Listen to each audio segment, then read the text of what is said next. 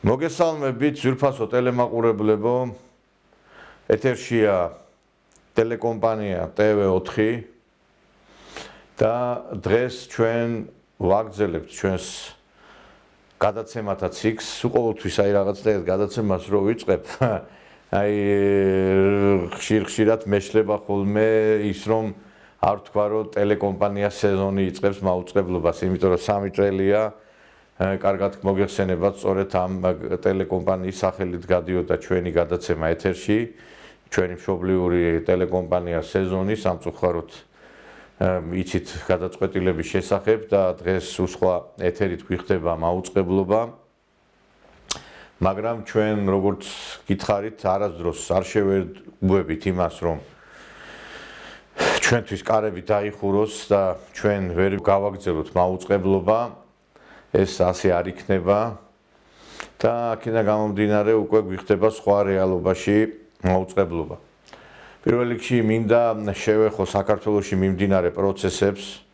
ბევრი ცოტა არ იყოს შეიძლება საყვედურებდეს იმის გამო რომ ზედმეტად გადავერთეთ აი აქ რუსი პოლიტიკოსებისა და ექსპერტების პოზიციების თქვენთვის გაცნობით, მაგრამ ერთი რამე უნდა გითხრას, რომ ჩვენ ამ საკითხში, როდესაც ჩვენ გთავაზობთ რუს ექსპერტებს, მონაწილეობთ შეხვედრებში, სხვადასხვა კონფერენციებში, ამით ჩვენ გვინდა რომ ქართული საქმე გაკეთდეს, რომ საქართველოს რუსეთში იყოს კლავად აქტუალური.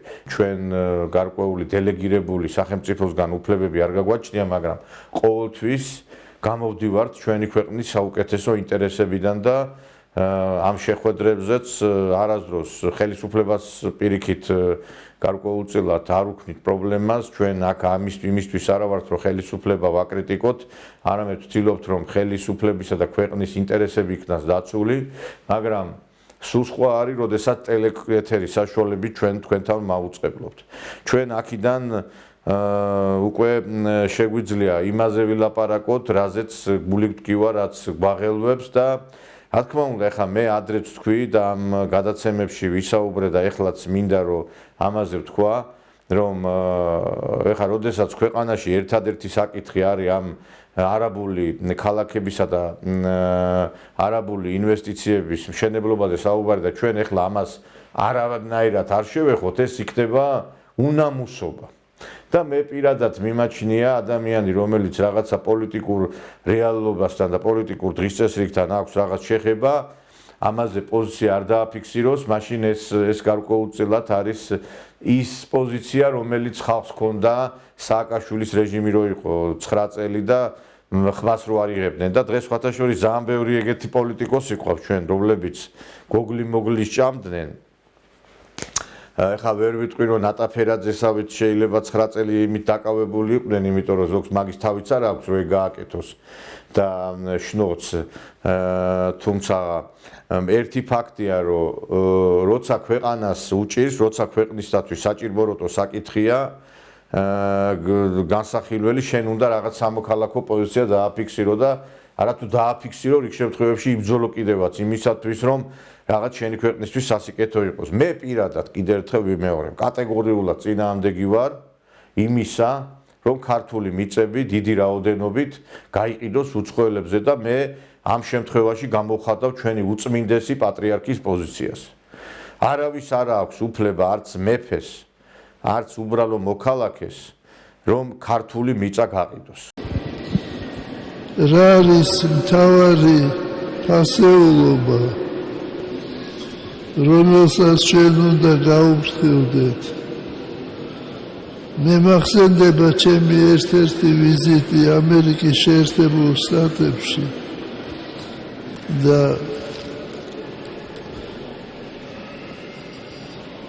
მე არ მახსოვს ნიუ-იორკში თუ ვაშინგტონში ჩვენ შევხვდით ერთ ადგილს, რომელიც იყო შეღობილი მართულებით და იქ ამ უზარმაზარ სახლებს შორის იყო გაშენებული პატარა ბოსტანი. როცა ჩვენ ვიკითხეთ, რომ რას ნიშნავს ეს, ამ შუა ქალაქში ბოსტანი მათ გვიპასუხეს რომ ეს არის კერძო საკუთრება ეს კერძო ადამიანი არ ყიდის ამას და აი ასე აღმოჩნდა აი ამ სახლებში ეს კერძო ბოსტანი მე ამას ეს მაგალითი მოიყვანე იმისათვის რომ ჩვენ გაგვაჩნია ისეთი ფასეულობა რომლის გაყიდვა მართლა არ შეიძლება რომლის გასხვისება არ შეიძლება ეს არის ქართული მიწა ეს არის წყალი ეს არის წყალი მე გულისხმობ წყაროს წყალი მდინარე საბადოები ჩვენ ცხოვრობთ ისეთ რთულ დროს როცა შეიძლება ეს ფასეულობა რომლითაც არსებობს ქართველი ადამიანი ჩვენი ხალხი შეიძლება ჩვენს მთლიანად დავკარგოთ იმიტომ რომ სხვებს გააჩნია ბევრი საშუალება და ფული იმისათვის რომ იყიდონ ეს ყველაფერი უცხო ხალხსა უცხო ქვეყნებს და შეიძლება საქართველოს დარჩეს სრულიად ცარიელი აი ამიტომ დიდი დაფიქრება გვჭირდება ჩვენ უნდა ვიფიქროთ არა მარტო ჩვენს თავზე არამედ ჩვენს მომავალზე ჩვენს შთამომავლობაზე არის ასეთი შემთხვევები როცა ხდება გაყიდვა კი არა დროებით გასხვისება 100 წლით ან 90 წლით ან 50 წლით მაგალითად ტყის გასხვისება ტყე რომ განადგურდება თვითონ ხალხიც აი ამიტომ 100 წელი რაც უნდა ტყის განადგურებას ერთი კვირაც ეყოფა და ეს ძალიან საშიშია აი ამიტომ ჩვენმა ხელისუფლებამ დიდი ყურადღებით დიდი რუდუნებით უნდა მიაქციოს ყურადღება საკითხს და ჩვენმა ხალხმა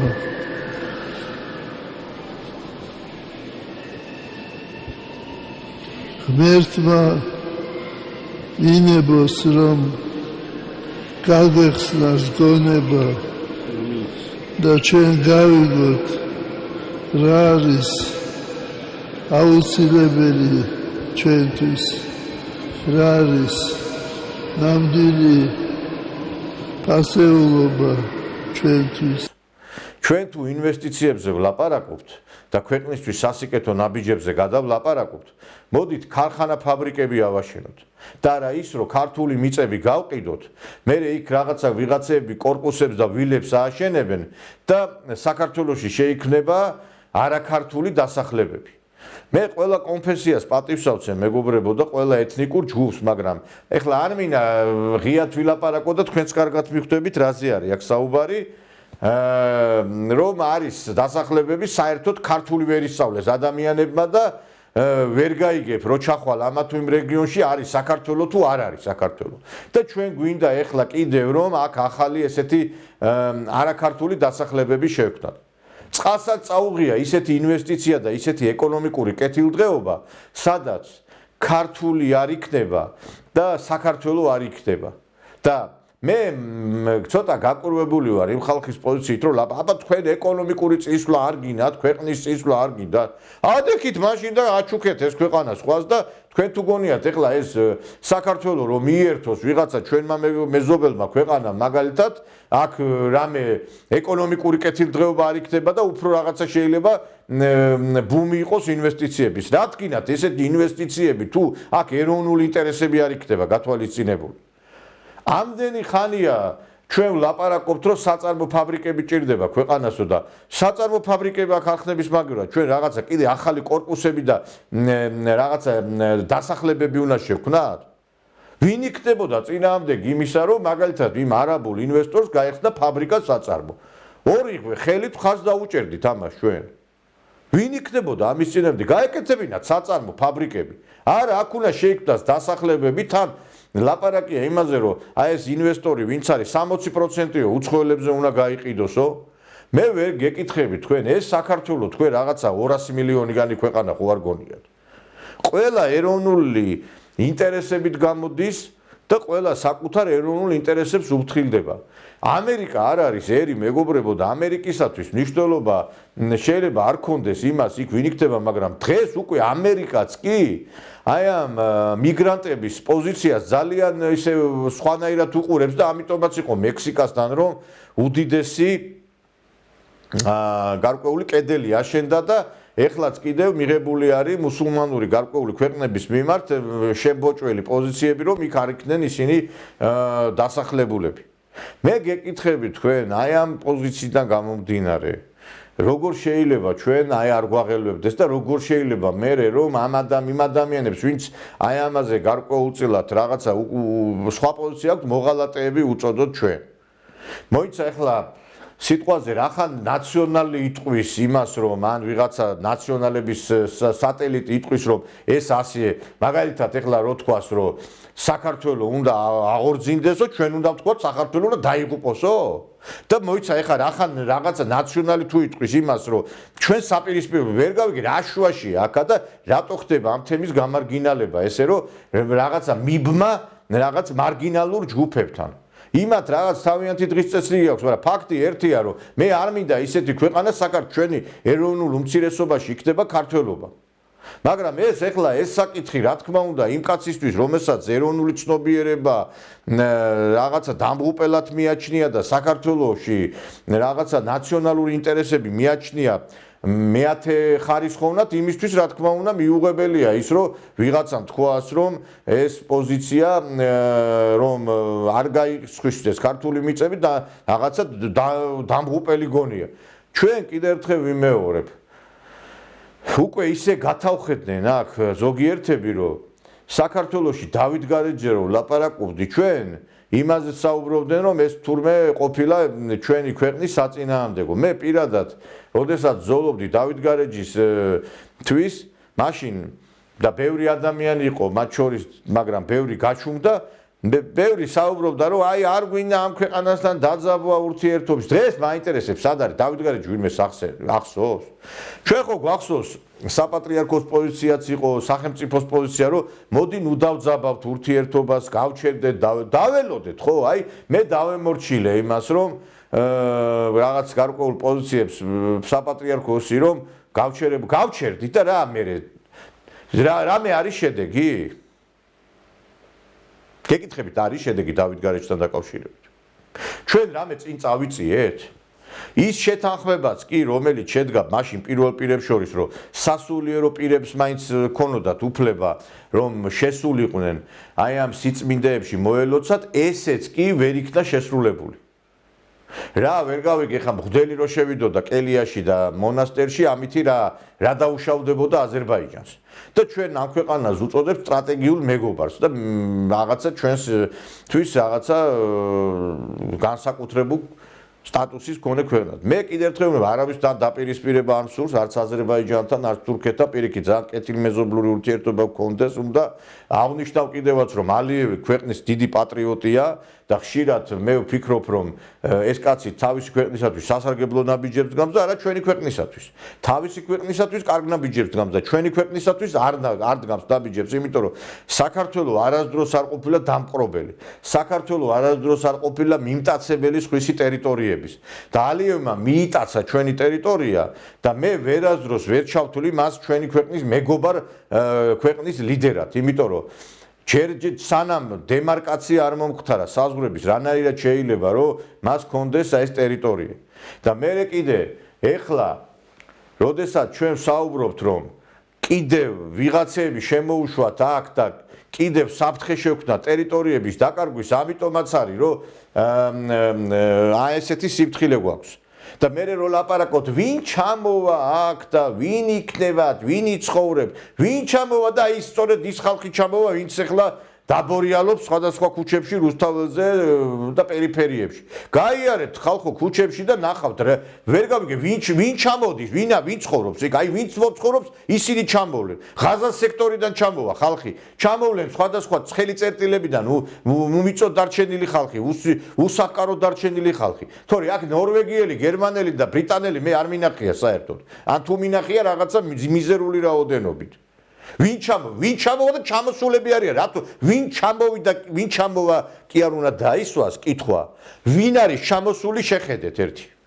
და მე მაინტერესებს, როდესაც თელის ნახევარი საქართველოს უცხოეთში არის გახიზნული და როდესაც დემოგრაფიული მდგომარეობა არის კატასტროფული, შეიძლება კიდევ ჩვენ რომ აქ საქართველოში ახალი ქალაქები შევქნათ იმისათვის რომ უცხოტომელები შემოვიდნენ, მესმის ახალი ქალაქები იქნებოდეს ქართველებისათვის. აი ბნელ ეპოქაში ჩვენ რომ ბნელ ეპოქას მივიჩნევთ იმ კომუნისტურ ეპოქას, მაშინ იქნებოდა სწორედ ქალაქები ქართველებისათვის. ეს კადრები თბილისში, დიდი დიღმის მშენებარე ახალდასახლებაში, მომავალი ახალგაზრდული საცხოვრებელი კომპლექსის ტერიტორიაზეა გადაღებული. მას თითქმის ეს ქარიშვილები და ჭაბუკები აშენებენ თავიდან ბოლომდე. ისინი მომავალში საკუთარი ხელით ნაგებ ჭერქვეს დაიდებენ ბინას. მშენებლობა მიმდინარეობს ძალიან დიდი ტემპით, შექმნილია 4 ბრიგადა, თითო ბრიგადაში გაერთიანებულია 10 კაცი, მათ შორის აგერ განან გოგონები ჩვენთან ერთად იღებენ მონაწილეობას დიდი მონდომებით. გეგმით, როგორც ვიცით, გათვალისწინებულია ამის ჩაბარება, მშენებლობის ჩაბარება 88 წლის მეორე კვარტალში, მაგრამ ჩვენ დილიდან დაბინდებამდე ვმუშაობთ, რათა ჩავაბაროთ იანვარ-თებერვალში მშენებლობა. და ვეცდებით ესე იგი, რაც შესაძლებელია, სულ ყველაფერი გავაკეთოთ ხარისხიანად.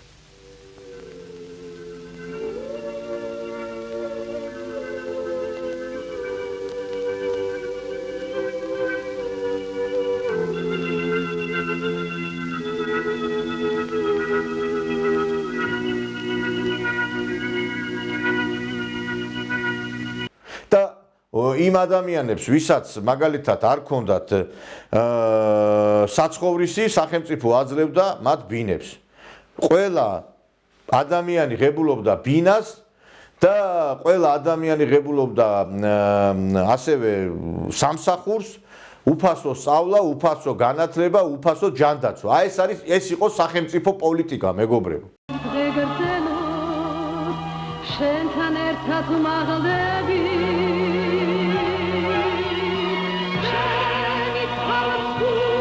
კიდევ ერთი წელი მოგვემართა. იზარდა ქვეყანა. ერთი წლისანი გახდნენ ბექა, ნინო, ლევანი, ნათია, კახა, ანი. საქართველოში კი ახლა 5.126.000-ზე მეტნი ვართ. გაიხსენეთ პირველი ციფრი. წლის დამდეგს 5.105.000 ვიღავით და დაიმახსოვრეთ. ახლა 5.126.000-ზე მეტნი ვართ. ვიმრავლოს აკუნები.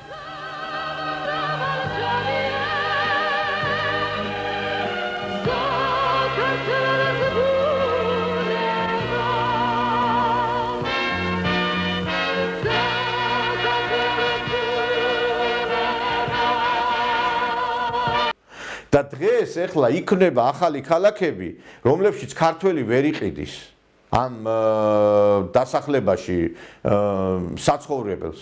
ეს კი არა ადრე თუ რიცხავდა ჩვენი მიგრანტები ფულს, ეხლა ვეღარ რიცხავენ, იმიტომ რომ გაჭირდა ცხოვრება ყველგან ევროპაშიც, ამერიკაშიც და ვეღარ შემოდის უკვე ის რაოდენობა თანხები ადრე რო შემოდიოდა. ეხლა ვიღაცა თუ იტყვის თანხების რაოდენობა გაიზარდაო, იმიტომ გაიზარდა მეგობრებო, რომ გაიზარდა ქართველების რიცხვი ემიგრაციაში და ამის საპირწორეთ არის გაზრდილი, თორე ერთი ადამიანი თუ ადრე აგზავნიდა სიტყვაზე $10,000, ხო? ეხლა 5-საც ვეღარ აგზავნის, იმიტომ რომ ყველაფერს დაეთყო იქ, ფასები გაიზარდა, კომუნალური გაიზარდა, კვების და ყველაფერი გაიზარდა და ვეღარ აგზავნის ის ადამიანი უკვე იმდენს, იმიტომ რომ ის ხო ელემენტებზე არ არის.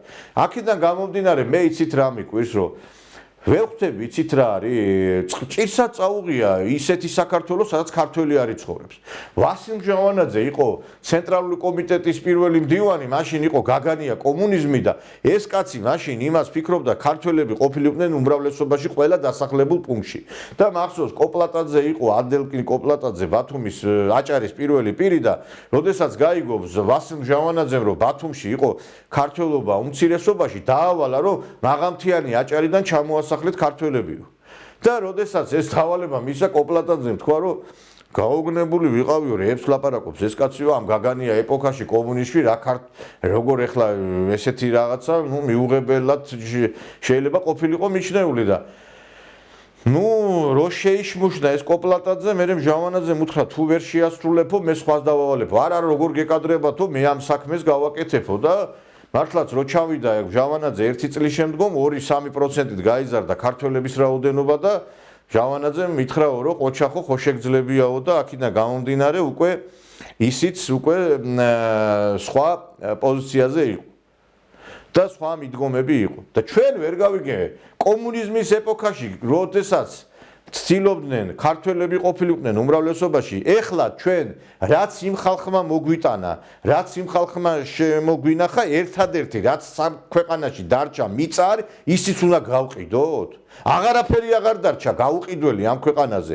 გავყიდეთ საწარმოები, ფაბრიკები, ქარხნები, დავანგრიეთ ყველაფერი, გავანადგურებთ, მოვსპეთ და ეხლა მიწა ხაერი უბრალოდ ვერ გაიყიდება, თორე ხაერსაც გავყიდით ალბათ, ხო? და მე რატომ მიიჩნევთ იმ ხალხს მოღალატეებად, ვინც კი ასეთი პოზიცია აქვს? თუ ადამიანს გული შეტკივა საკუთარ ქვეყანაზე, რატომ უნდა ჩათვალოთ თქვენ მოღალატეთ, მაინტერესებს ეს რა პოზიციაა? ან ის პოზიცია, რომ წადით ამ ქვეყნიდან ვიცხანაირად ფიქრობ, რატო მე სიტყვაზე, ვინც კი პოლიტიკურად არის სხვა პოზიციაზე, ჩემთვის მიუღებლად, იმასაც კი არ მივიჩნევ, რომ ის წავიდეს ამ ქვეყნიდან. მოიცა ვერ გავიგე თურქები და არაბები შემოვიყვანო და ქართველები წავიდნენ ამ ქვეყნიდან. ჩვენ თუ გავიმარჯვეთ, აი ეს პოლიტიკურად სხვა განსხვავებულ პოზიციაზე მყოფი ადამიანებიც უნდა ისე მოვაქციოთ იმ ჭკუაზე, რომ იმათთან ერთად გავიმარჯვოთ და არა ისე, რომ ჩვენ გავიმარჯვოთ და ვიღაცა ქართველი დამარცხდეს. საქართველოს ისე უნდა გაიმარჯვოს, რომ ყველა ტითეული ქართველი გამარჯვებული გამოვიდეს.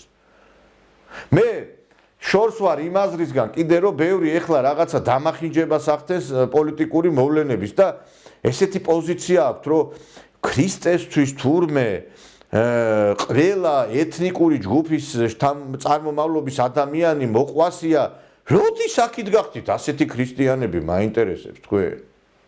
როდის აქეთ გახდით მთელი ცხოვრება მრუშობაში, მთელი ცხოვრება ბიციერებაში რო ხართ? ის აბოთფილელი ერთი იყო, კაცო, ერთი, რომელიც მოექცა და დანარჩენები საქართველოს სისხლშრობდნენ. მე ყველა ეთნიკურ ჯგუფს პატივსავწებ, მაგრამ კიდე ერთხელ ვიმეორებ, ეხლა აგერ თურქეთში რო წაგვართვეს ტაოკლარჯეთი, ჩვენ ხო? ვინ მაინტერესებს, ვინმე შემორჩა ქართული გვარი, ქართული ქრისტიანობა შემორჩა ვინმე ეს? ქართველობა შემორჩა ვინმე ეს? ერთადერთი სადაც ქრისტიანობა და სადაც ქართველობა აქვს შემორჩენილი ქართველებს, ეს არის რუსეთი, სადაც მე ვიმყოფები. და არც არავის არ შეუცვლია გვარი. ეხლა თუ ვიღაცა სულელმა და ჭუათხელმა ადამიანმა არ გააკეთა ესა 99% აქ არავის არ შეუცვლია. და ქართველობასაც ძალიან ისე სათუთად ეკიდებიან. აქედან გამომდინარე მე მინდა გითხრათ ერთი რა, რომ მიუღებელია ესეთი პოზიცია, რომ თითქოს არც არაფერი დაშავდება, ვირას წაგვართმევს. წართმეული არა გვაქვს ხალხო, ქუჩაში რო გადიხარ და ტრანსპორტში რო გადიხარ და შენ ქართველობას ვერ ხედავ. ეს არ არის საშინელება. აი ხა ჩემთვის სასიხარულოა ის, რომ აი ხშირად ეხლა აქ ქართველობა არის, მაგრამ ეხლა ტაჯიკები და უზბეკები რო არიან, აი ყველა ნაბიჯზე ესენი არიან. ქართველობა იმათთან შედარებით რაღაცა ძალიან მცირე რაოდენობაა, მაგრამ აი შემხვდებიან ძალიან სითბოთი და სიყვარულით ხვდებიან პირადად და ეს შემთთვის გასახარია აქ და აი თითეულს აი კოცნი და ვეხვევი და ვეფერები, აი აქ რუსეთში და აქ აი როდესაც ადამიანი აი შენ ქვეყანას მოცილდები, მე ხვდები რა არის შენი საქართველო. ჩემ საქართველოს არაფერი არ ჯობია, ეხა მე აქ ითხარით რა მისიითაც ვარ და რატო ჩამოვედი და არა სამუდამოდ დროებით ვარ და აუცილებლად დავბრუნდები, მაგრამ კიდე ერთხელ ვიმეორებ, აი საოცარი ნოსტალგია მაქვს მიუხედავად იმისა, რომ დიდი ხანი არ არის წამოსული რაცა ვარ, მაგრამ მინდა რომ თითეულ ქართველს მოვეფერო აქ. იმიტომ რომ აი აქ ძნობ და აქ ვაფასებ რა არის ქართველი და მანდა მაინც ქურთი ერის ბედი უნდა გავიზიაროთ ჩვენ რომ უმიწავთ და უმიწაწყლო დავრჩეთ. კაცო სხვა ქვეყნებში მიდი აბა ერთი ისრაელში და იყიდე მიწა თუ იყიდი აბა მიდი აბა თურქეთში იყიდე მიწა მიდი აბა იმ მუსულმანურ ქვეყნებში იყიდე თუ მოყიდიან ერთი მიწას ძლივს ესე იგი იმაში რა ქვია იქ წმინდა მიწაზე რაღაცა ერთი გოჯი მიწა ვიყიდეთ და ეროვნულ დღესასწაულად გამოცხადდა 30 წელია საქართველოს ცდილობს მიწა იყიდოს იქ იმ წმინდა მიწაზე ისრაელში და როგორც იქნა ვიყიდეთ შევისყიდეთ მიწა და იქ საპატრიარქოს რაღაც რეზიდენცია აშენდებოდა ძლივს ვიყიდეთ ხალხო 30 წელია საქართველოს წელობა მიწის ყიდვის და ეხლა იყიდა და თქვენ გინდათ ეხლა ამხელა 100,000-ობით ჰექტრობით მიწა გადაეცეს ადამიანებს და ვითომ ეს არაფერი არ არის მე პირადად ამას ვერ გავიზიარებ ამ ყველაფერს ეს არ არის ჩვენი ქვეყნისათვის კარგი ნაბიჯი და ვინც კი ამ პოზიციას არ აფიქსირებს და ვინც თვლის რომ მაგალითად აი ამით ჩვენი ქვეყნისათვის სასარგებლო იქნება მე იმ ხალხს პატივს არ ავცემ გინდაც გეწყინოთ გინდაც ბოდიში და ცივი წყალი დალეთ არ აგცემთ პატივს რა და ბევრის ლუსტრაცია მოხდა და დააკვირდით ხალხო ვინ უჭერს ამ იდეას მხარს ის ხალხი რომლებიც საკმაოდ გასუქთნენ გამდიდრდნენ ლოყები გაუღაშღაშდათ ლოყების გაშღაშგაზებას იმას კი არ გულისხმობ ეხლა წონაში მოიმატენ ეხლა ერთხელ იმან რო თქვა დეპუტატი ყავდა ჩვენ გახსოვთ ალბათ გიული მაღრაძე ხო და ისო გაჭირვება თუ არისო კაცო რატო არის ამდენი მსუქანი ადამიანიო ხო ხედავთო ესე იგიო კარგად ცხოვრობენო სიმსუქნე რო იყოს სიმდიდრის რაღაცა ნიშანი მაშინ მილიონერები ყოფილა სიმსუქნე სხვა რამის ნიშანია ეს არის უფრო სხვა რაღაცა და ეხლა არ მინდა ამაზე ლაპარაკი მაგრამ მე სხვანაირ სიმსუქნეზე ვლაპარაკობ მე ვლაპარაკობ იმაზე რომ კანში რო ვერ ეტევით უკვე ზოგიერთებმა არიცით რითი შეხვლიპოთ უცხოური ქვეყნის ფულები ბევრი ქვეყნის უცხო ქვეყნის სპეცსამსახურის აგენტურის სახე ჩამოიხსნა და ჩამოიხია დღეს საქართველოში ყველაზე კარგად ცხოვრობენ უცხო ქვეყნის აგენტურის წარმომადგენლები რომლებიც იცავენ იმ უცხო ქვეყნის ინტერესებს და სამწუხაროა რომ აი ეს უცხო ქვეყნის ინტერესები ისე არის უკვე აი ეს ღიათ რომ უკვე ჩვენ ფაქტობრივად ჩვენი ეროვნული ინტერესები გადავიდა მეორე პლანზე. იმ დღეს ნახე გულმოსაკლავი სურათი რეალობა, როდესაც ერთ-ერთ ძველი თბილისის დასახლებაში მომლოცველები იყვნენ და იქ ესე იგი შუა იმ რაღაცა ძველი თბილისის დასახლებაში იყო რაღაცა ცოტა არ იყოს სხვა სურათი რომელიც ჩვენ ქვეყანას არამდვილად არ შეესაძგება ჩვენ ტოლერანტული ქვეყანა ვართ მაგრამ ქუჩების გადაკეტვა და რაღაცა ასეთი რაღაცეები არ ხდებოდა ადრე სხვათა შორის ასლან აბაშიძემ როდესაც იქ მოითხოვეს მათ მეჩეთების შენებლობა მან თქვა რომ თქვენ პრობლემა არ გაქვთ მაგრამ აქ ეხლა ჩვენ ხო არ გაწუხებთო თქვენო აი ამ ჩვენი ეკლესიაში ყოფნის დროსო იმითი რომ რაღაცა ჩვენი რელიგიური რაღაცა აღსარებლობას ვახორციელებთო ასევე თქვენც თუ შეგვაწუხებთო ჩვენო იმიტომ რომ ეს ქრისტიანული ქვეყანა არისო საქართველო და აქედან გამომდინარე არავინ არ გიშლით მაგრამ თქვენ აღსარებლობას მაგრამ ქუჩებს ნუ გადაგვიკეტავთ და ბოდიში და ნუ აქცევთ ამ ქვეყანას რაღაცა სხვა ქვეყნად რა და ვიღაცას ეს არაფრად არ მიაჩნია რა. ზოგი ბოდიშთა ქრისტიანობას მიიჩნევდა ქვეყნისტრად და დღეს მიიჩნევს რომ აი კონსერვატიზმის მქადაგებელია. ზოგი მიიჩნევდა რომ ქრისტიანობა არის მტერი და მართლმადიდებლობა არის მტერი რეალურად საქართველოსთვის და ამ მართლმადიდებლობის გამო ვერ უახლოვდები ჩვენ ევროპას და დღეს ეს ხალხი ჩვენ ნოტაციებს გვიკითხავს. კიდევ კარგი კადრები არ იწვის მეგობრებო. და კიდევ ამ ნაციონალებზე ბევრი იმდეს ლაპარაკობს, კურდღლებივით იყვნენ, შემძვრალები ხმას ვერ აიღებდნენ. თქვენ ის ხალხი არა ხართ ზოგიერთები, რომლებსაც გეხვეწებოდით, მე მოდით, გამოდით, ილაპარაკეთ ამ ნაციონალებთან დაკავშირებით მეთქი და ხმას რო ვერ ძრავდით. თქვენ ის ხალხი არა ხართ ზოგიერთები, აქ ნოტაციებს რო გიკითხავ ჩვენ. არ შეიძლება ვერასდროს ვერ შევეგუებით ამას ჩვენ და კიდევ ერთხელ ვიმეორებ, ორი ხელით ხარჯ დაუჭერ იმას, არაბი იქნება თუ ვინ იქნება, ქარხანა ფაბრიკები ააშენოს და ქართველები დაასაქმოს. მაგრამ ვერ შევეგუებით იმასაც, რომ ვიღაცამ აქ უცხოტომელები შემოასახლოს, რომლებიც შემდგომ ძალიან მალე გამრავლდებიან. კიდევ ერთხელ ვიმეორებთ, ორი გლეხი ჩამოასახლეს და 500,000 გახდნენ. და კიდევ მეორე დასახლებაში კიდევ და რაღა დავჭით ეს ქართველები მაინტერესებს. ზოგს ფეხებზე კიდია ეს სულ არ აინტერესებს ქართველობის ცნება, იმიტომ რომ არის სულით კოსმოპოლიტი და სოროსის ლეკვი.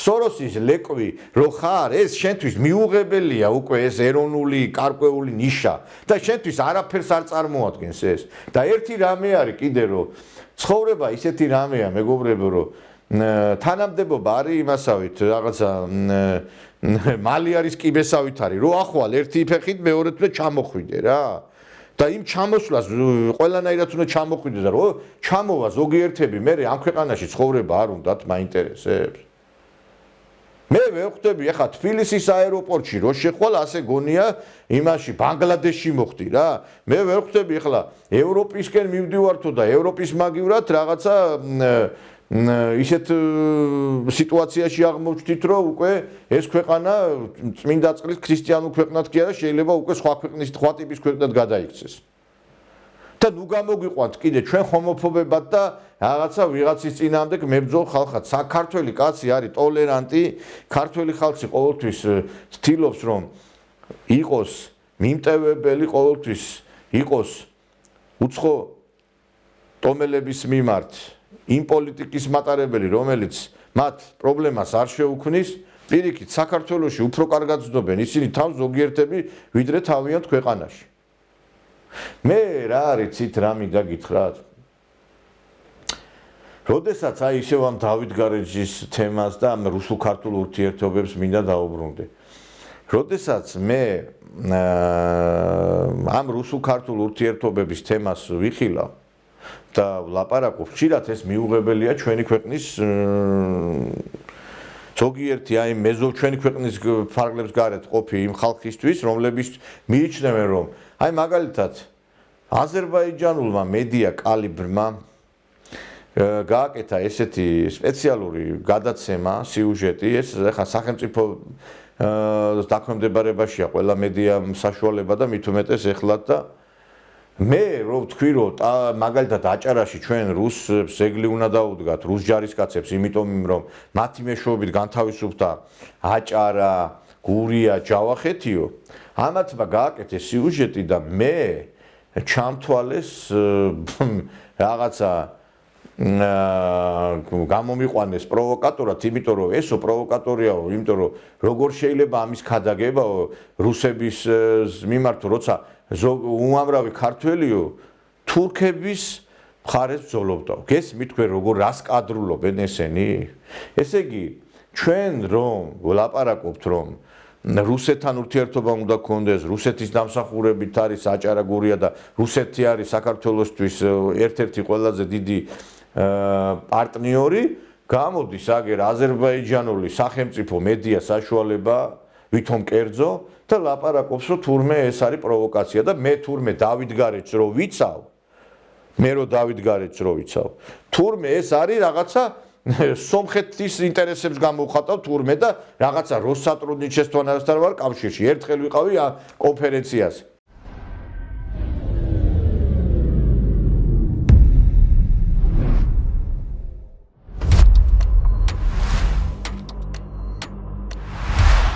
Глава Россотрудничества Евгений Примаков недавно в своем посте в соцсети Telegram был возмущен тем, что журналисты Баку ТВ описали его организацию фактически как логово сепаратистов, и пригрозил журналистам судебным преследованием. Однако то, что Россотрудничество последовательно поддерживает сепаратизм и перекройку границ, это, как нам кажется, никакие не выдумки журналистов. Это факты, от которых невозможно уйти, если проанализировать политику Россотрудничества. То, что из-за деятельности таких организаций, как Россотрудничество, РФ, по сути, провалила все стратегические задачи сохранения российского влияния на постсоветском пространстве, давно очевидно. Вот уже 11 лет идет война на юго-востоке Украины. Но ведь эти территории каких-нибудь 20 лет назад находились под безусловным российским культурным влиянием, а население там в значительной мере разговаривало и разговаривает на русском языке без всяких культурных мероприятий Россотрудничества. На территории Грузии Россотрудничество не только поддерживает сепаратистские режимы в Абхазии и Цхинвальском регионе, осуществившие этнические чистки грузинского населения, но сделало ставку в самой Грузии на проверенных временем слуг армянского лобби, которые своими провокациями делают все, чтобы навредить дружественным отношениям Грузии с Азербайджаном и Турцией. Особенно обласкан Россотрудничеством такой одиозный деятель, как председатель так называемого Объединения правозащитников Грузии, адвокат, директор телекомпании «Сезони» Николоз Мжаванадзе. Николоз Мжаванадзе был в свое время одним из главных провокаторов, искусственно организовавших проблему монастыря Кишик-Чидаг. Напомним, что 95% этого монастырского комплекса находится на территории Грузии, а 5% на территории Азербайджана. Долгое время Азербайджан без всяких проблем позволял грузинским священникам и паломникам пересекать госграницу и заходить на свою территорию, пока не появились провокаторы, вроде Мжаванадзе, который начал организовывать митинги и обвинять Азербайджан в оккупации. Из-за таких, как Николоз Мжаванадзе, начались провокации на границе, причем к ним присоединилась и президент Саломе Зурабишвили, отстаивающая французские геополитические интересы, приехавшая на границу и незаконно перешедшая грузино-азербайджанскую границу. Были попытки насильственных действий в отношении азербайджанских пограничников и попытки завладеть их оружием. В итоге Николоз Мжаванадзе и стоящие за ним армянское лобби своего добились. Азербайджанская сторона вынуждена была в избежание провокаций ограничить доступ на свою территорию в районе монастыря Кишик-Чидаг с грузинской территории.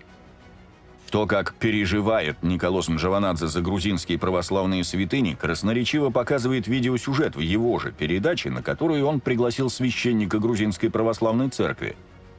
Священник прямо заявил о необходимости решить вопрос с присвоением Арменией десятков грузинских церквей и монастырей на севере нынешней республики Армения, в исторической грузинской земле Лори. И здесь Мжаванадзе неожиданно запнулся. Против своих хозяев он выступать не посмел. При этом Николоз Мжаванадзе выступает за признание Грузии мифического геноцида армян, прекрасно понимая, что это нанесет удар по грузино-турецким отношениям. Значительная часть заявлений и акций Мжаванадзе, даже касающихся грузино-российской дружбы, также имеют подчеркнуто антитурецкий контекст. В 2023 году Николоз Мжаванадзе заявил о необходимости увековечить память о российских воинах, погибших за Аджарию в борьбе с Османской империей.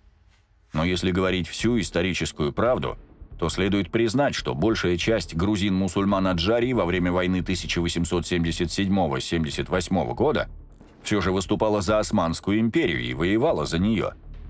Многие из них предпочли покинуть родные места и переселиться на территорию Османской империи после того, как Аджария вошла в состав Российской империи.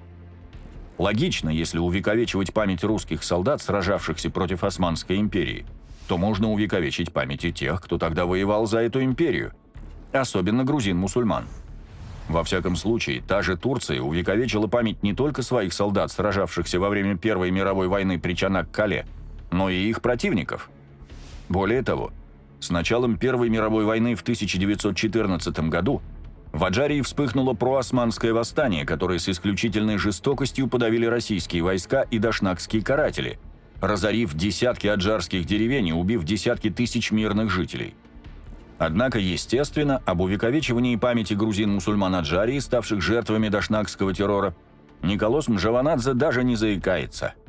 Непростую историческую правду Мжаванадзе сознательно замалчивает, провокационно раздувая истерию относительно якобы турецкой экспансии в Аджарии.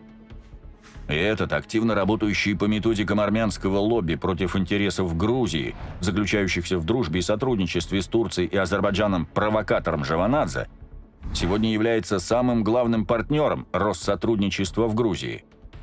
В декабре минувшего года Николос Мжаванадзе принял участие в церемонии награждения победителей международной премии «Честный взгляд-2024» в Москве в качестве почетного гостя. Организатором премии было как раз Россотрудничество, и Николос Мжаванадзе тогда провел встречу с его руководителем Евгением Примаковым. Сотрудничество Грузии с Россотрудничеством даст нашей стране очень много. Мне непонятно, почему Грузия должна оставаться в стороне от этих процессов. Я неоднократно говорил и повторяю, вопрос об экономическом, социальном, политическом благополучии нашей страны решается в Москве, заявил тогда Мжаванадзе. Естественно, ни словом не обмолвившись о том, что тоже Россотрудничество поддерживает сепаратизм и оккупацию грузинских территорий Абхазии и Цхинвальского региона, культивирует там грузинофобию и делает все, чтобы воспрепятствовать возвращению грузинских беженцев в родные дома, многие из которых заняты столь любимыми Николосом Мжаванадзе армянами.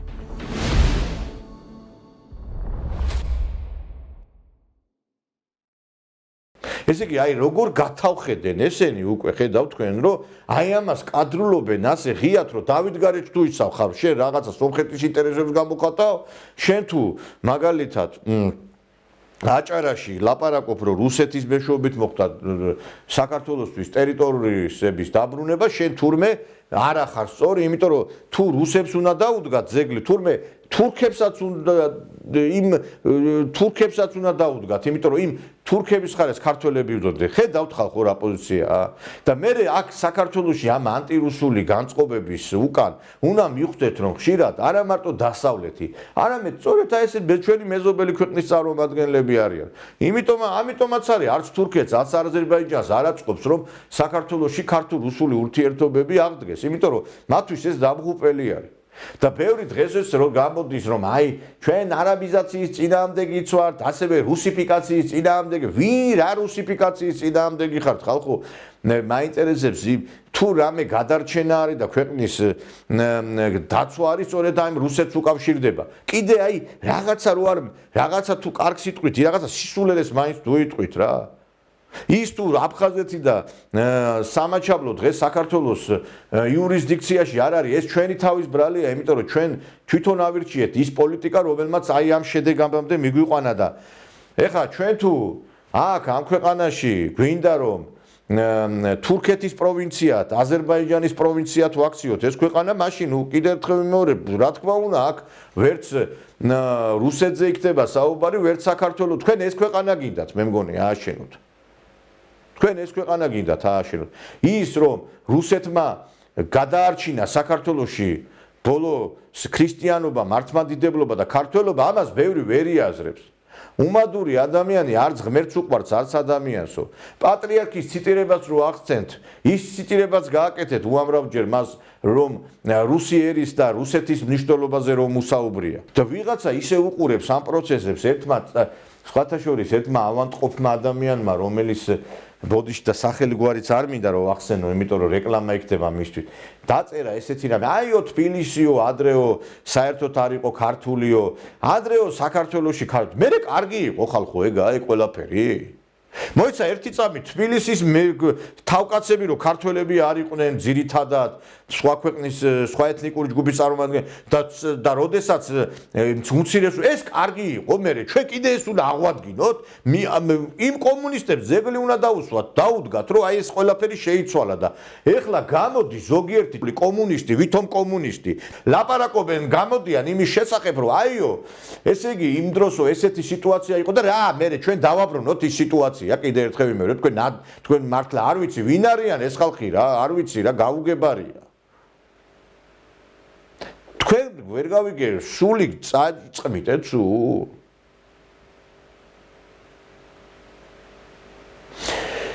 მე ვფიქრობ ერთ რამეს, რომ გამოსავალი აქ არის ის, რომ ჩვენ უნდა გადავწყვიტოთ ერთი რამ. ჩვენ გვინდა ქართულ სახელმწიფოში ცხოვრება თუ არაქართულ სახელმწიფოში ცხოვრება. საქართველოს ტერიტორია ყოველთვის იქნება ამას ამ ტერიტორიას მართლა ვერავინ ვერ წაიღებს, ზურგზე ვერ მოიკიდებს. მაგრამ ამ ქვეყანაში შეიძლება ქართველი აღარ იყოს. და ამისი რეალობა სავსებით შეიძლება დაგვიდგეს. ამიტომ უნდა მივიღოთ გადაწყვეტილებები და აუცილებლად უნდა შესაბამისი ნაბიჯები გადავდგათ. და ამისათვის საჭირო არის კიდევ ერთხელ ვიმეორებ, რასაც აქამდე ვიძახდი მილიონჯერ რუსულ-ქართული ურთიერთობების აღდგენა. აი, როდესაც ვსაუბრობთ რუსულ-ქართულ ურთიერთობებზე, მე ძალიან სიამოვნებს, რომ აი ქართველობა სწორედ აქ არის შენარჩუნებული. აი, ძალიან ისეთი საინტერესო იყო ამ დღეებში დღეები აღინიშნა დიასპორების, მაგალითად კისლავოდსკში აღინიშნა ასეთი დღე ძალიან დიდი პომპეზურობით. იქ არსებობს ესეთი ჩვენი ქართული დიასპორა ივერია, რომლის ხელმძღვანელი არის პეტრე ლობჟანიძე, რომელიც ძალიან ბევრს აკეთებს და მე ამას ხშირად უსვამ ხალხს და ძალიან საინტერესო იყო აი ამ იუბილეს აღნიშვნა და ამ ყველაფერს ჩვენ რა თქმა უნდა მივესალმებით. Юбилей 35 лет отметила грузинская национально-культурная автономия Иверия в Кисловодске. С какими достижениями подошли к дате и что в планах? Подробности в сюжете.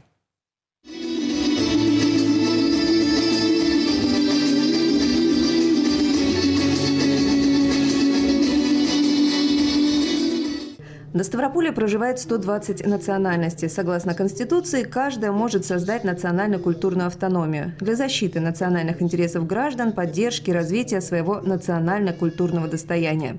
В 1990-м в Кисловодске появилась и грузинская община. В первую очередь создали школу грузинского языка. Затем появился ансамбль «Юность Кавказа». К слову, в нем занимаются дети самых разных национальностей.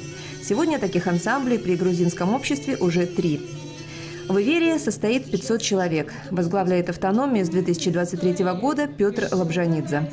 У нас в Кисловодске только проживает 2100 грузин. На территории Ставропольского края проживает более 11 тысяч грузин. Мы сегодня делаем и показываем свою культуру, свои традиции в нашей стране России, в Ставропольском крае, для укрепления, создания братского, сильного, мужественного существования в нашем Ставропольском крае.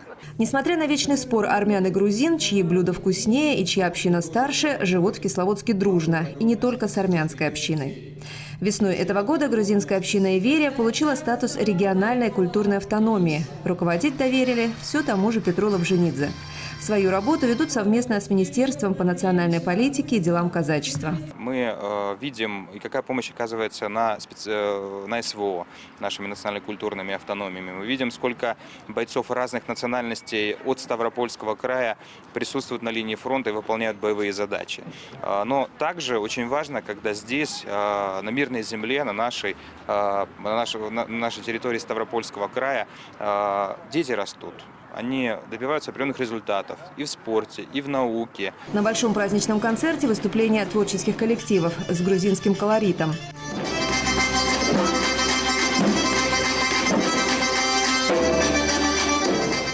И представители всех народностей, которые пришли на юбилей, вместе пели всем знакомые и любимые грузинские песни.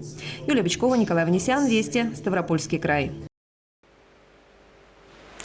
ასევე დიდი პომპეზურობით აღინიშნა ვლადიკავკაზში ქართული დიასპორა ერთობის ასევე საკმაოდ ესეთი შესანიშნავი დღე და ამასაც რა თქმა უნდა დიდი დატვირთვა ჰქონდა. Первым председателем общества был ветеран Великой Отечественной войны Алексей Михайлович Бучукури. На сегодняшний день грузинское землячество объединяет в Осетии более 11 тысяч человек. Работа Эртуба направлена на изучение культуры, языка и истории, повышение этнического самосознания и укрепление дружбы между народами. Представителям общества вручили грамоты Министерства по национальной политике и внешним связям республики. Национально-культурное общество оно подразумевает сохранение традиций, языка. На сегодняшний день у нас курсы грузинского языка открыты. У нас 2 группы многочисленные. В общем, работаем. У нас есть Дзукоева Берянидзе Нина Владимировна, которая получит от администрации медаль город Владикавказ, город воинской славы. Благодаря ее стараниям мы нашли очень много пропавших, числящихся, пропавших без вести в Великой Отечественную войну. Потом она сама из семьи 5 братьев погибших, не вернувшихся с войны, Берианидзе братьев. Они все жители города нашего были. Сейчас наша задача такая – увековечить имена более 400 граждан Северной Осетии, грузинской национальности. Вот следующий шаг у нас такой. და აქ ყველაფერი აი აქედან ჩანს ის რომ ქართველები არიან გარკვეულწილად აი მოწინავე პოზიციებზე და დაფასებულები. ქართველებს ხელს უწყობენ იქ. და ქართველობას და მართლმადიდებლობას ხელი ეწყობა. რა თქმა უნდა, ეხლა რუსეთი ისედაც მართლმადიდებლური ქვეყანაა, მაგრამ ქართველობას ეწყობა ხელი. და ქართველობა არის შენარჩუნებული. სახელმწიფო თვითონ ეხმარება, რუსეთი ეხმარება დიასპორებს, რომ მოდით და მე თვითონ ვარ ამის მომსწრე უამრავჯერ, როდესაც პომპეზურად რო გაიმართა ქართველების დღესასწაულები, მერები მოდიოდნენ, მაგალითად იგივე ამ კისლავოცკში, სტავროპოლში, იგივე ვლადიკავკაზში, რომ ქართველების აი ამ ღირსშესანიშნაობის აღნიშვნას ესწრებოდნენ ეს ადგილობრივი წარმომადგენლები და მე მაგალითად აი პირადად ვარ მომსწრე კისლავოცკში, მერი მოვიდა და თქვა რომ აი როგორცო ქართველები აღნიშნავენო, ისე უნდა აღნიშნოთო სხვა დიასპორებმაც ეს თქვენი დღეებიო, ეს არის სამაგალითო და საჩვენებელიო. აი ეს არის საქართველო. და ნუ გავხდით ისე რომ მართლაც ჩვენი საქართველო მხოლოდ დიასპორების სახით იქნას შენარჩუნებული. და ნუ გავაკრობთ ამ ქვეყანას კიდე ერთხელ. მე გული მტკივა რომ ქართველობას ვხედავ ძალიან დიდი რაოდენობით უცხოეთში. ჩვენ საქართველო გჭირდება საქართველოში. საქართველო არ უნდა იყოს მარტო უცხოეთში წარმოდგენილი და დიასპორების სახით. რა თქმა უნდა, ისინი იქნებიან და ვერ გავექცევით იმას, რომ ეს მიგრაციის პროცესი არის, მაგრამ კიდე ერთხელ ვიმეორებ, ნამდვილად არ მსურს მე ის, რომ ჩვენი ქვეყნის წარმომადგენლებისგან დაიცალოს ეს ქვეყანა. მე აი აქ ეხლა ვხედავ, რომ როგორი დამოკიდებულება არის ოჯახების მიმართ რუსეთში. ესე იგი, მატერინსკი კაპიტალი არსებობს და როგორ ეხმარებიან მრავალშვილიან ოჯახებს, როგორი ქადაგება მიდის ეკლესიის მიერ, რომ გააჩინეთ შვილები. ბიჭო, არაბულ სოფლებზე ზოგი ხმას არიღებს და შვილების გაჩენაზე მაინც ილაპარაკეთ, რომ შვილები გააჩინონ ქართველობა. მე, როდესაც რავი, საქართველოში დავდივარ სხვადასხვა ადგილებში, ძაღლების და კატების მომრავლებას უფრო ვატყობ, ვიდრე ბავშვების მომრავლებას. აქ ეხლა არ ვიცი მე დავდივარ და ქუჩებში გადაჭედილია პატარა ბავშვებით და აი ჟრიამული სუფებს. აი რაც შენ ბავშვობაში იყო, რომ ფანჯარას რო გამოაღებდი, ბავშვების ჟრიამული ისმოდა და დღეს რო გამოაღებ, კატების და ძაღლების ყეფა ისმის. ჩვენ რა გვინდა რა საქართველოს ვაჩენებთ ბოლო-ბოლო ამ ვეღარ გავიგე, მე რანაირ ქვეყანა გვინდა ავაჩენოთ. ეს მე ჩემი გულის ტკივილი დიდი ხანია თქვენთვის არ მომინდია და არ მithქვია, მაგრამ არ შეცვლა, ეხლა მე ვიღაცას თუ გონია რომ ეხლა სხვანაირად ვიფიქრებ, ეგ გამორიცხულია.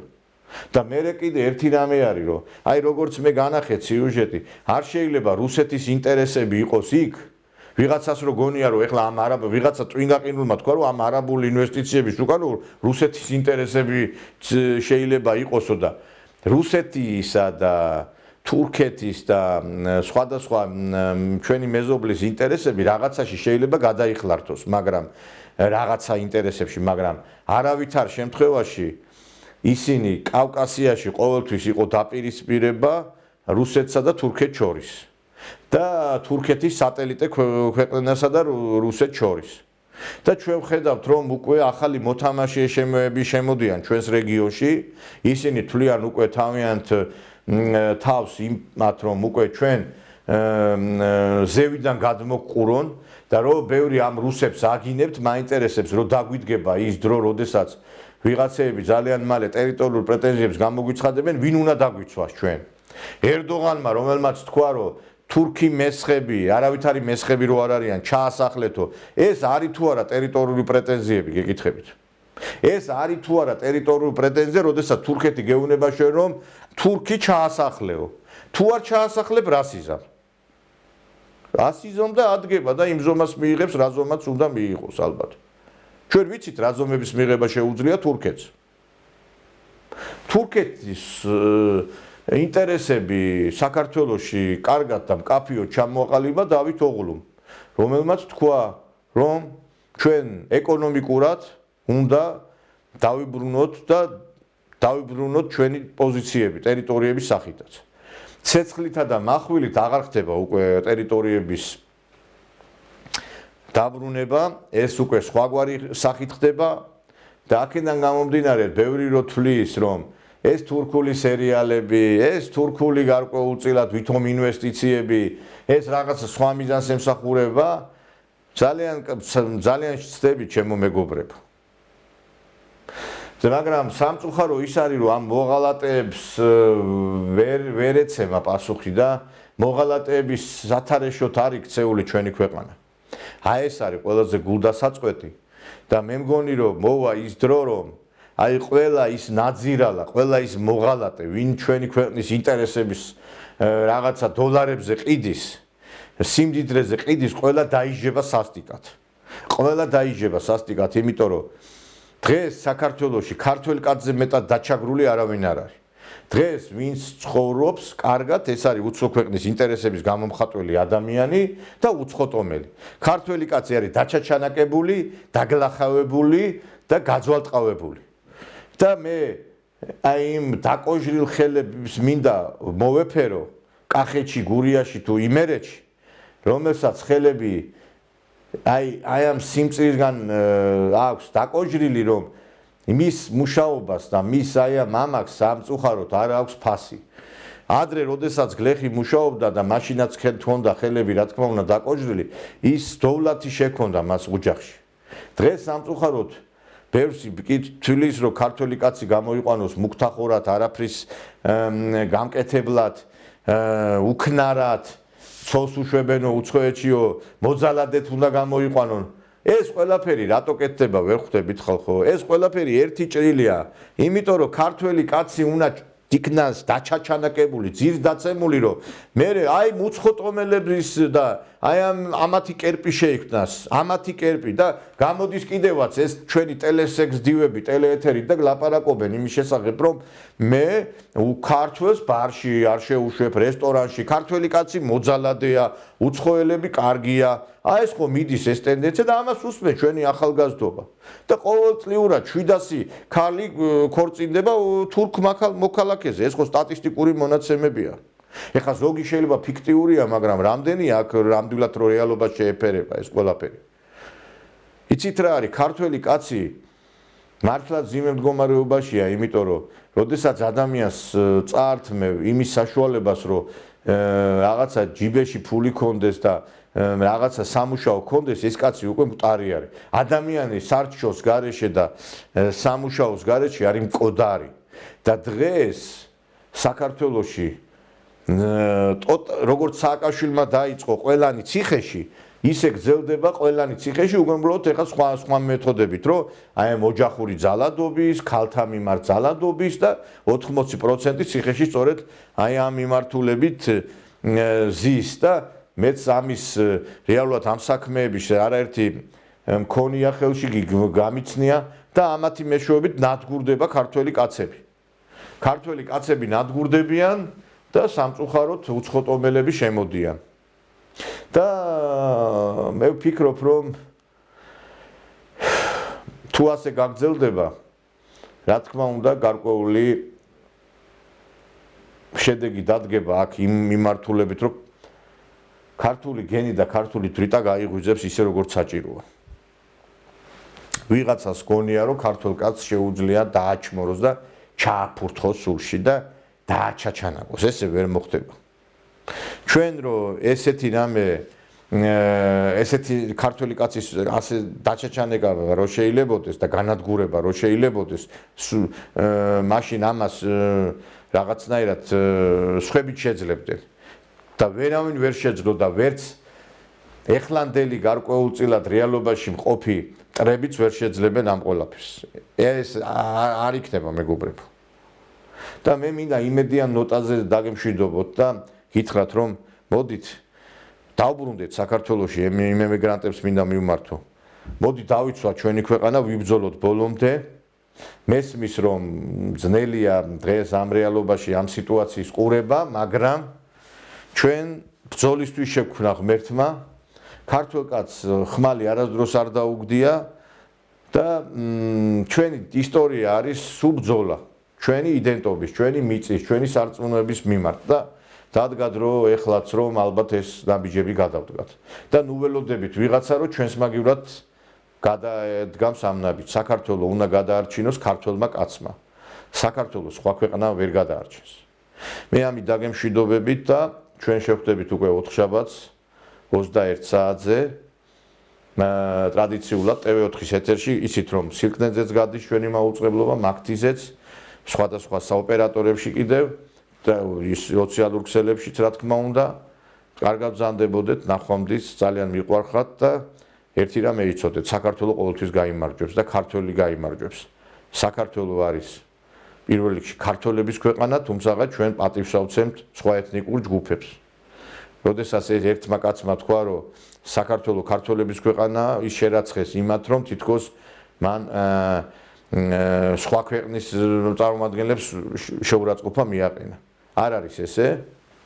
ჩვენ ყველა ეთნიკურ ჯგუფს პატივს ავცემთ, მაგრამ საქართველო პირველ რიგში ქართველების ქვეყანა.